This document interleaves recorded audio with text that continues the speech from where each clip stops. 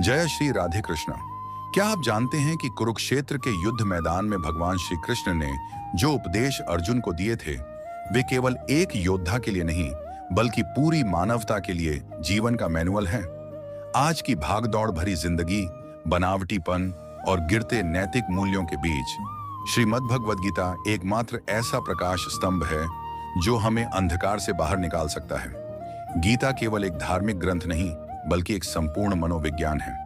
इसमें कुल 18 अध्याय और 700 श्लोक हैं, जिन्हें समझना हर किसी के लिए सरल नहीं।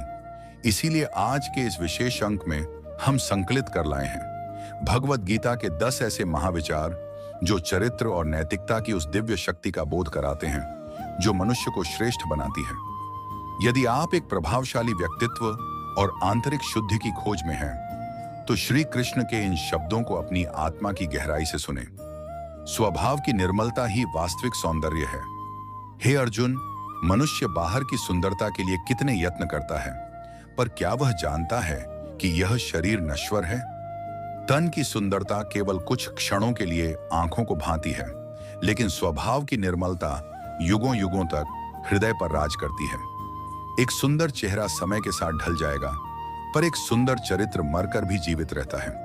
अपने मन को विकारों से मुक्त करो, क्योंकि जिसके भीतर करुणा और प्रेम है, वह संसार का सबसे सुंदर प्राणी है। दूसरों के प्रपंच से दूरी ही सुख का मार्ग है। हे मनुष्य, तेरी आधी अशांति का कारण यह है कि तू अपनी प्रगति से ज्यादा दूसरों की हलचल पर नजर रखता है। कौन क्या कर रहा है, क्यों कर रहा है और किसके साथ कर रहा है, इन व्यर्थ की चर्चाओं में तू अपनी ऊर्जा नष्ट करता है।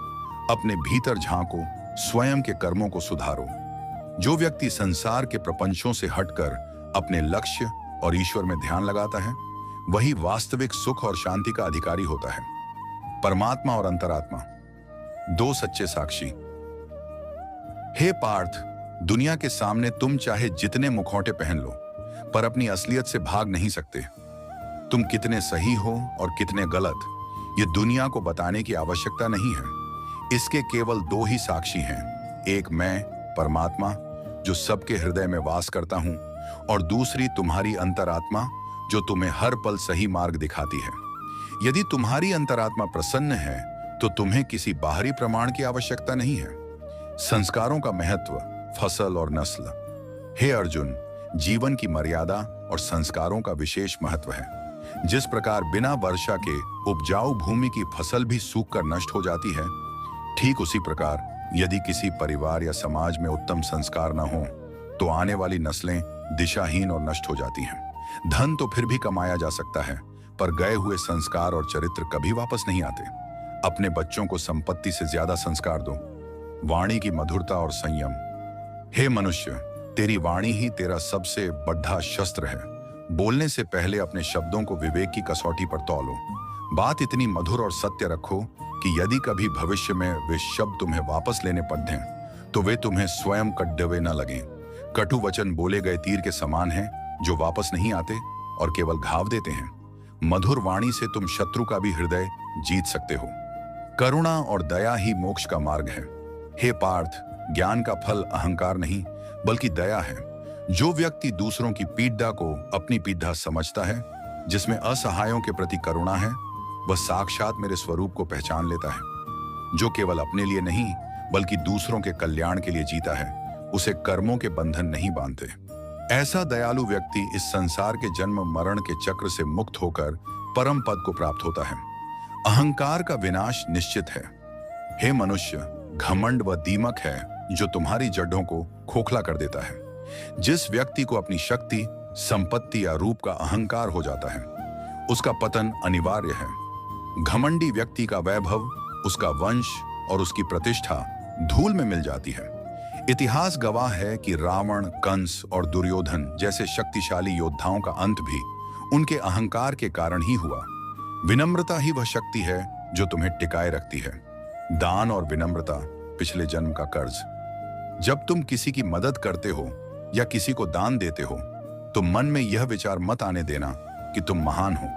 क्या पता तुम उस व्यक्ति को कुछ दे नहीं रहे, बल्कि अपने पिछले जन्म का कोई पुराना कर्ज उतार रहे हो।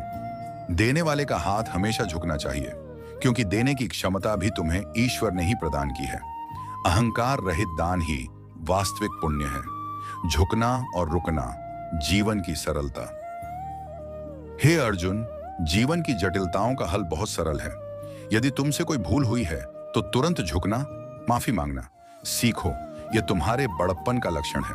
और जब मन में क्रोध की ज्वाला उठे तब रुकना, मौन रहना सीखो। यह तुम्हारी शक्ति का लक्षण है। जो झुकना और रुकना जानता है वह जीवन के हर युद्ध को बिना शस्त्र उठाए जीत लेता है। आत्मसम्मान का मूल्य। हे मनुष्य, संबंध प्रेम से चलते हैं पर उनकी बुनियाद आत्मसम्मान होती है। जब एक समझदार व्यक्ति खामोश हो जाए और संबंध निभाना बंद कर दे तो समझ लेना कि उसके आत्मसम्मान को बार बार ठेस पहुंचाई गई है। किसी के पीछे इतना मत झुकना कि तुम स्वयं की नजरों में गिर जाओ। जहां सम्मान न हो वहां प्रेम भी नहीं टिक सकता। अपने आत्मसम्मान की रक्षा करना तुम्हारा परम कर्तव्य है। साथियों, श्रीमद् भगवद गीता के ये 10 विचार केवल सुनने के लिए नहीं बल्कि अपने आचरण में उतारने के लिए हैं। अर्जुन ने भी तब तक विजय प्राप्त नहीं की थी जब तक उसने श्री कृष्ण की बातों को जीवन में लागू नहीं किया। अगर इन विचारों ने आपके चरित्र को नई रोशनी दी है तो इस वीडियो को अपने उन अपनों के साथ साझा करें जिन्हें आज सही संस्कारों और मार्गदर्शन की आवश्यकता है। याद रखिए, आपका द्वारा साझा किया गया एक विचार किसी के जीवन को नैतिकता की ओर मोड़ ला सकता है। कमेंट में जय श्री राधे कृष्णा लिखना न भूलें। ऐसी ही आध्यात्मिक और प्रेरक यात्राओं के लिए हमारे चैनल को सब्सक्राइब करें और बेल आइकन दबाएं। मिलते हैं अगले वीडियो में। तब तक कर्म करते रहें और खुश रहें। जय श्री कृष्ण।